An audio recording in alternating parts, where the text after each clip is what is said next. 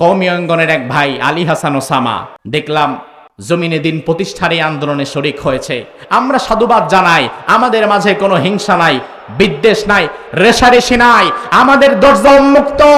বাংলাদেশের সকল মসজিদের ইমামেরা, মুয়াজ্জিনেরা, খতিবেরা, সব বক্তারা, খানকার পীরেরা, সব ইসলামী দলগুলো যদি এই মুহূর্তে একতাবদ্ধ হয়ে দাঁড়িয়ে যেতে পারে, আগামীর বাংলাদেশে কোরআনের সমাজ বিনির্মাণ হয়ে যাবে। বাংলাদেশের বিশ্ব বরেণ্য মুফাসসিরে কোরআন, কোরআনের তাফসীর করার কারণে 50 বছর কোরআনের তাফসীর করার কারণে যাকে কারারুদ্ধ করা হলো, 13টা বছর তিনি কারাগারে কাটিয়ে গেলেন। জেলখানায় যাওয়ার পরে বহু মানুষকে আমরা নিজেরাই দেখেছি, জেলখানায় যাওয়ার আগে যা যা বলতো, একবার গিয়ে 2-3-4 বছর যদি জেলে থাকা লাগে, জেল থেকে বের হইয়া আইসা কানে ধইরা তওবা করে আর কিচ্ছু কমো না, বাকি জীবন ইল্লাল্লাহ ইল্লাল্লাহ করতে করতে মরুম। এত বড় বড় কথা বলা দরকার নাই।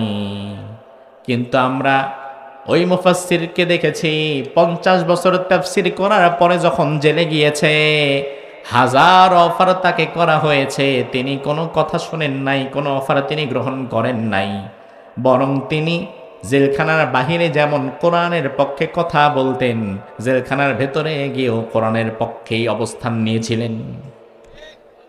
এটা ঈমান। আমার ভাইরা, প্রকৃত ঈমানদার যারা, তারা ক্ষণে ক্ষণে তাদের বক্তব্য পাল্টায় না, বরং তারা বাহিরে যে বক্তব্য দেয়, ওই বক্তব্যের কারণে যদি তাদেরকে গ্রেফতার করে নিয়ে যাওয়া হয়, কথা যেটা বাহিরে বলতো, তারা যদি জেলখানায়ও চলে যায়, ওই কথাটা তারা জেলখানার ভেতরেও বলে। ঠিক কিনা? আবার ধরেন তাদেরকে যদি আপনি ওই সত্য কথা বলার কারণে ফাঁসির মঞ্চে নিয়ে যান, তাইলে ফাঁসির মঞ্চে গিয়ে মৃত্যুর আগে জল্লাদের কানের কাছে গিয়েও সত্যের দাওয়াতটা তারা দিয়েই যায়। সত্য পথের পথিক যারা, তারা কোনোদিন তাদের মতাদর্শ পরিবর্তন করে না। কারণ আমি বিশ্বাস করি আগামীর বাংলাদেশে যত ইসলামী দল আছে, যত ইসলামী শক্তি আছে, তারা যদি একতাবদ্ধ হয়ে দাঁড়িয়ে যায়, তাইলে বাংলাদেশে আলেম ওলামাকে উপেক্ষা করে, ইসলামী দলগুলোকে উপেক্ষা করে রাজনীতি করার ক্ষমতা কারো নাই। যদি এক কাতারে আমরা দাঁড়িয়ে যেতে পারি, আলহামদুলিল্লাহ, ইসলামের পক্ষে মানুষের ঢল নেমেছে। বিভিন্ন মাসলাকের মানুষ ইসলামী শক্তির কাছে আসছে। গতকাল দেখলাম আমাদের এক কওমি অঙ্গনের ভাই, আমি নিজেও কওমি মাদ্রাসায় পড়েছি, দাওরায়ে হাদিস আমি কওমি থেকে করেছি, হেফজ করেছি, আলিয়াতে পড়েছি, ইউনিভার্সিটিতে পড়েছি। পড়াশোনা যে মাদ্রাসায় করি না কেন, যেখানেই করি না কেন, দিন শেষে আল্লাহর জমিনে আল্লাহর দিন কায়েম করা লাগবে, ইনসাফের পক্ষে থাকা লাগবে, এই মতের সাথে আমরা সবাই আছি না নাই? তুমি যেখানে পড়াশোনা করবা, সারা জীবন মনে করবা না যে এইটা নিয়েই আমার পয়রা থাকা লাগবে। কওমি অঙ্গনের এক ভাই আলী হাসান ওসামা দেখলাম জমিনে দিন প্রতিষ্ঠার এই আন্দোলনে শরিক হয়েছে। আমরা সাধুবাদ জানাই, আমাদের মাঝে কোনো হিংসা নাই, বিদ্বেষ নাই, রেশারেশি নাই, আমাদের দরজা উন্মুক্ত। বাংলাদেশের সকল মসজিদের ইমামেরা, মুয়াজ্জিনেরা, খতিবেরা, সব বক্তারা, খানকার পীরেরা, সব ইসলামী দলগুলো যদি এই মুহূর্তে একতাবদ্ধ হয়ে দাঁড়িয়ে যেতে পারে, আগামীর বাংলাদেশে কোরআনের সমাজ বিনির্মাণ হয়ে যাবে। আল্লাহ তাআলা কবুল করুক। এই 7 জন বললাম আমরা আলাদা আলাদা ভাবে আর থাকবো না, তাহলে তো আমাদের অস্তিত্বই থাকবে না। এই 7 জন বললাম আমরা একত্রে দাঁড়িয়ে যাব, বাঁচলে একসাথে বাঁচবো, মরলেও একসাথে মরবো, আমরা আল্লাহ ছাড়া আর কাউকে ভয় পাবো না। এই 7 জন যুবক এবার চিন্তা করলো, এলাকার পরিবেশ তো খারাপ, ঈমান নিয়ে থাকা যাবে না, দিন নিয়ে থাকা যাবে না। আমরা এক কাজ করি, আমরা এলাকা ছেড়ে অন্য কোথাও চলে যাই, যেখানে দিন নিয়ে বাঁচতে পারবো সেখানে চলে যাই। এই 7 জন যুবক এবার এমন অচেনা অজানা এক গন্তব্যের দিকে পা বাড়ালো। কোথায় যাবে, কই থাকবে, কি খাবে, কোনো কিছুর কোনো ঠিক ঠিকানা নাই। আল্লাহ রাব্বুল আলামিন কোরআনুল কারীমের মধ্যে বললেন, এই 7 জন যুবক এবার আল্লাহকে বলে, আল্লাহ ইল আওয়াল ফিতয়াতু ইলাল কাহফি فقالوا ربنا آتنا من لدنك رحمة وهيئ لنا من أمرنا رشدا। আল্লাহ তাআলা কই যাব, কি খাবো, কি করব কিছুই আমরা জানি না, মেহেরবানি করে তুমি তোমার রহমতের চাদরে আমাদের ঢেকে নাও, আমি তোমার কাছে রহমত চাই। কারণ আমার ভাইয়েরা, আল্লাহর রহমত ছাড়া বাঁচার কোনো উপায় আমাদের নাই। এই 7 জন যুবক এবার আল্লাহর কাছে রহমত চেয়ে সামনে আগাতে লাগলো। আগাতে আগাতে দেখে রাস্তার পাশে কুকুর একটা দাঁড়ানো আছে। কুকুরটা দাঁড়িয়ে আছে। এই 7 জন যুবক যদি ডানে যায় কুকুরটাও ডানে যায়, 7 জন যুবক যদি বামে যায় কুকুরটাও বামে যায়। এই 7 জন যুবক চিন্তা করলো কি ব্যাপার, কুকুর আবার পিছনে নিল কেন? আমার ভাই, আল্লাহ রাব্বুল আলামিন যদি কাউকে সহযোগিতা করতে চায় তাইলে ল্যাংরা মশা দিয়ে সহযোগিতা করার ক্ষমতা আল্লাহর আছে না নাই? ফেরেশতা পাঠানোর দরকার নাই, ল্যাংরা মশা দিয়েও সহযোগিতা করতে পারে। এই কুকুরটা একমাত্র প্রাণী। তাফসিরে কুরতুবী প্রণেতা বলেন, কালবু আসহাবিল কাহফি ফিল জান্নাহ, দুনিয়ার কোন গরু ছাগল কুকুর বিড়াল জান্নাতে যাবে না, মাটির সাথে মিশে যাবে। তবে একমাত্র আসহাবে কাহফের কুকুরটা জান্নাতে চলে যাবে। আরো জোরে কোন।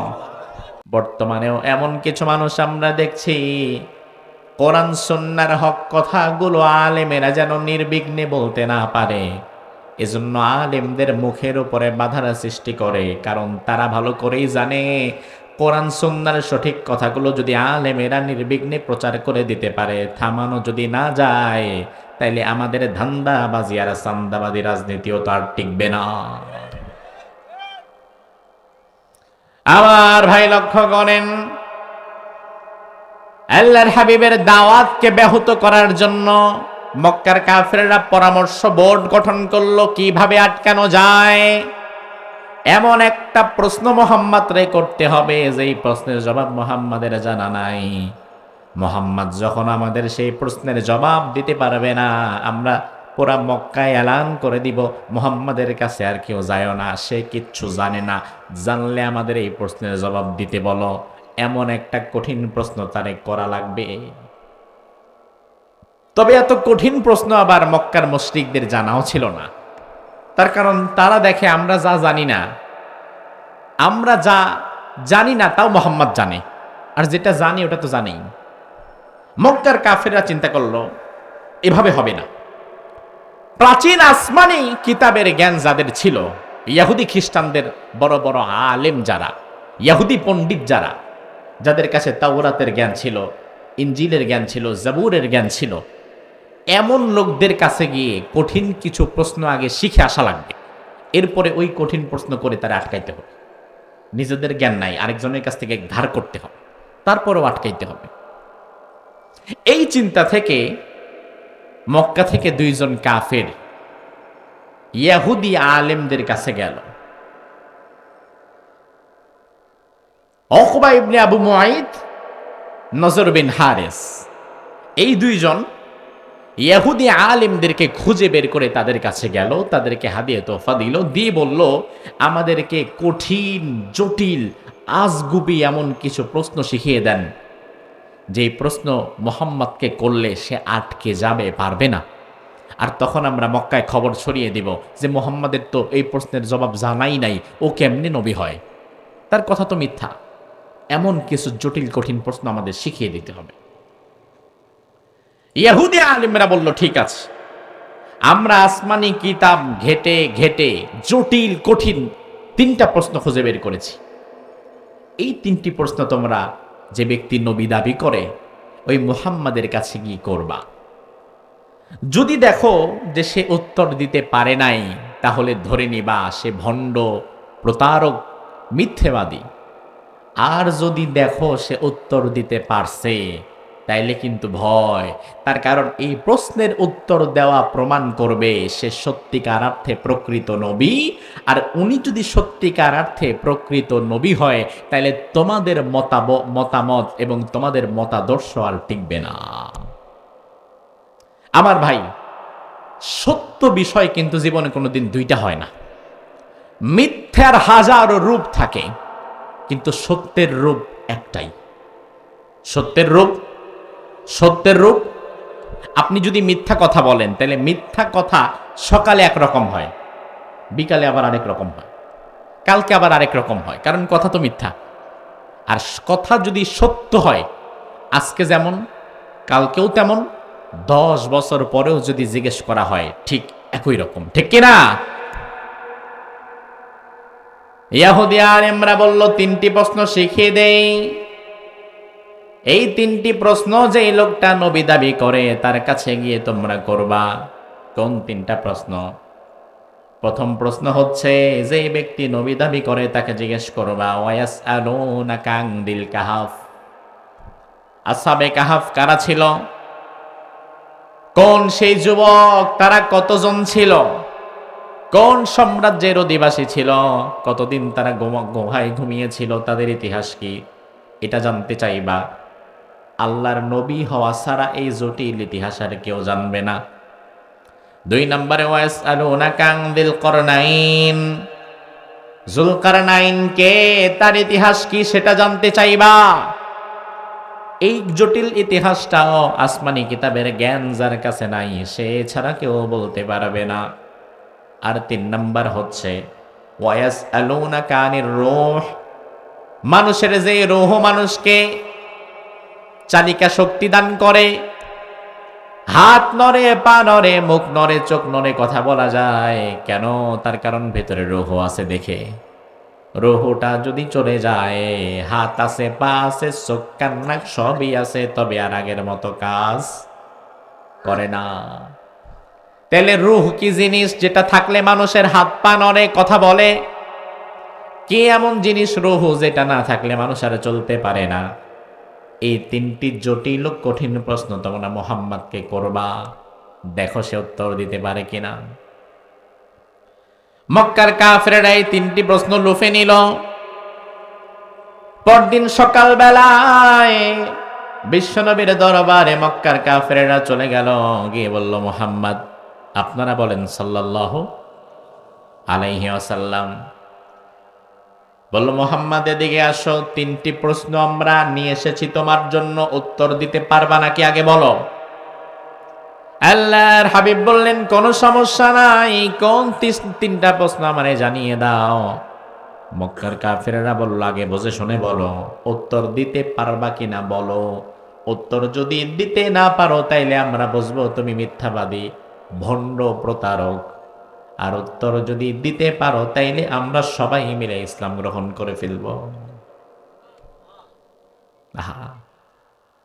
কাফেরদের কথা, মুনাফিকদের কথা, এদের কি অন্তরের কথা আর মুখের কথা কি এক? এক?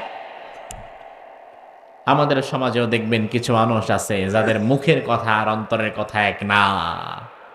মুখের কথায় মনে হয় তার চাইতে বড় জনদরদি আর কেউ নাই, অথচ ক্ষমতায় টিকে থাকার জন্য ওই ব্যক্তি প্রয়োজনে হাজারো মানুষের লাশ ফালায় দিতে পারে, 1 মিনিট ভাবেও না। আছে না নাই? মুখের কথা আর অন্তরের কথা এক না।